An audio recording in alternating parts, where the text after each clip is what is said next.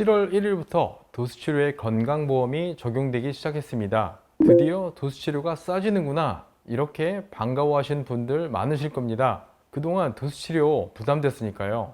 그런데 진료실에서 환자분들과 얘기하다 보면 이번 제도가 생각만큼 단순하지 않습니다. 어떤 분은 확실히 저렴해지고 또 어떤 분은 오히려 예전보다 더 돈을 내야 할 수 있습니다. 오늘은 의사 입장에서 이번 관리급여 전환이 실제로 무엇을 바꿨고 환자분들이 어떤 점을 꼭 확인하셔야 하는지 솔직하게 정리해 드리겠습니다.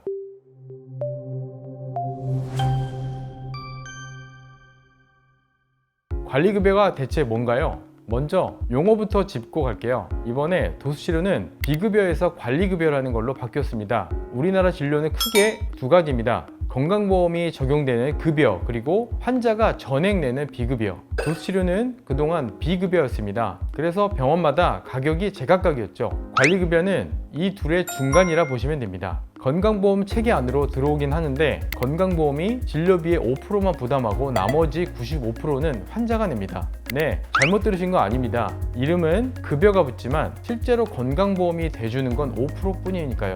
그래서 저는 환자분들께 이렇게 설명드립니다. 이름만 급여지 성격은 비급여에 가깝다. 그럼 정부는 왜 이렇게 만들었을까요? 핵심은 가격 통제와 횟수 관리입니다. 도수치료가 과하게 쓰인다는 지적이 있었고 병원마다 가격 차이가 너무 커서 이걸 정부가 직접 관리하겠다는 취지입니다. 그래서 뭐가 바뀌었나? 구체적으로 세 가지가 바뀌었습니다. 첫째, 가격이 전국 통일됐습니다. 이제 도수치료는 어느 병원을 가든 1회 30분 기준에 43,850원입니다. 예전엔 어떤 곳은 5만원, 어떤 곳은 10만원, 또 15만원, 천차만별이었는데 이제 표준수가로 통일됐습니다. 그래서 정확히 말하면 싸진다가 아니라 어디서 받든 같은 가격이 된다가 맞는 표현입니다. 둘째, 횟수에 제한이 생겼습니다. 이제 주 2회 이내 1년에 15회까지만 건강보험 기준으로 인정됩니다. 다만 수술을 했거나 골절 때문에 관절이 굳는 등 뚜렷한 의학적 소견이 있으면 의사 판단에 따라 연 최대 24회까지 가능합니다. 참고로 올해는 7월 1일부터 시작이라 연말까지 남은 6개월 동안 15회가 적용됩니다. 셋째, 바로 도수치료를 받을 수 없습니다. 이제는 기본 물리치료와 단순 재활치료를 최소 2주 이상, 4번 이상 먼저 받아보고 그래도 좋아지지 않을 때 도수치료로 넘어가는 순서가 원칙이 됐습니다. 이 선행치료 요건을 충족해야만 관리급여가 적용됩니다. 여기까지가 기본 골격입니다. 이제 진짜 중요한 환자분들이 놓치기 쉬운 문제들로 넘어가겠습니다. 문제 하나, 싸진다는 말, 실손보험 세대마다 완전히 다릅니다. 가장 큰 오해가 이겁니다. 건강보험 되면 무조건 싸지겠지? 답은 어떤 실손보험을 갖고 계신지에 따라서 완전히 달라진다는 것입니다. 핵심만 말씀드릴게요. 실손보험이 1세대에서 4세대라면 대체로 유리해졌습니다.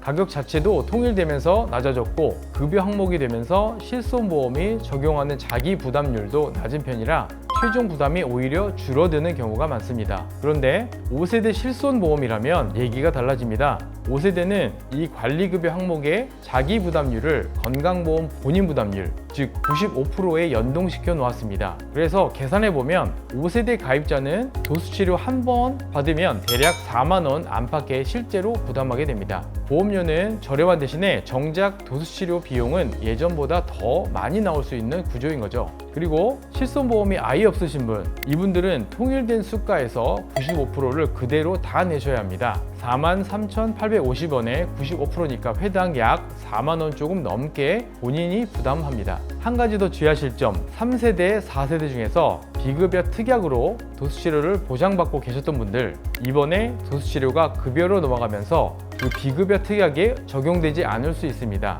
그래서 이런 분들은 반드시 가입하신 보험사에 직접 확인해 보셔야 합니다. 정리하겠습니다. 관리급여 무조건 싸진다는 정확한 설명이 아닙니다. 내 실손보험 세대를 먼저 확인하는 게 순서입니다. 문제 둘, 필요한 치료를 못 받게 될 수 있습니다. 두 번째 문제는 접근성입니다. 만성적인 통증으로 도수치료를 꾸준히 받아오신 분들이 있으시죠? 근데 이제 1년에 15회라는 제한이 생겼습니다. 그리고 여기가 중요한데 질환치료 목적으로 15회를 넘겨서 받으려고 하면 초과분은 비급여로도 청구할 수 없게 막혀 있습니다. 예전처럼 그럼 나머지는 비급여로 더 받을게요가 안 되는 겁니다. 또 앞서 말씀드린 선행치료 요건 때문에 바로 도수치료가 필요한 상황에서도 물리치료부터 2주를 거쳐야 하는 번거로움이 생길 수 있습니다.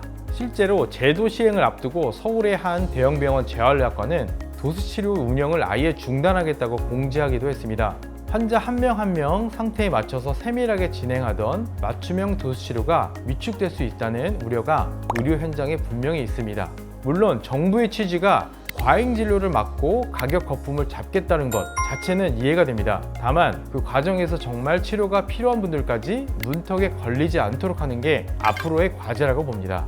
문제 세 번째는 조금 더 넓은 시각의 문제입니다. 이른바 풍선 효과라는 건데요. 도수치료 하나를 규제한다고 해서 근골격계 통증 환자가 사라지는 건 아니겠죠? 통증은 그대로 있으니 수요가 규제가 덜한 다른 비급여 치료로 옮겨갈 수 있다는 우려가 나옵니다. 예를 들면 체외충격파나 주사 같은 치료 쪽으로요. 실제로 체외충격파는 이번 관리급여 대상에 거론됐다가 빠졌습니다. 그래서 도수치료만 손보면 반쪽짜리 대책 아니냐는 지적도 있습니다. 환자 입장에서 이게 왜 중요하냐면 의사가 권하는 대체 치료가 정말 내 상태에 필요한 건지 아니면 규제 때문에 옮겨간 건지 구분하실 필요가 있다는 겁니다. 결국 믿을 만한 의료진과 충분히 상의하시는 게 답입니다. 그럼 환자분들은 뭘 하면 될까요? 복잡하죠? 그래서 딱 3가지만 체크리스트로 정리해 드리겠습니다. 하나, 내 실손보험 세대를 확인하세요. 특히 5세대이거나 3, 4세대 비급여 특약 가입자라면 보험사에 직접 문의하셔서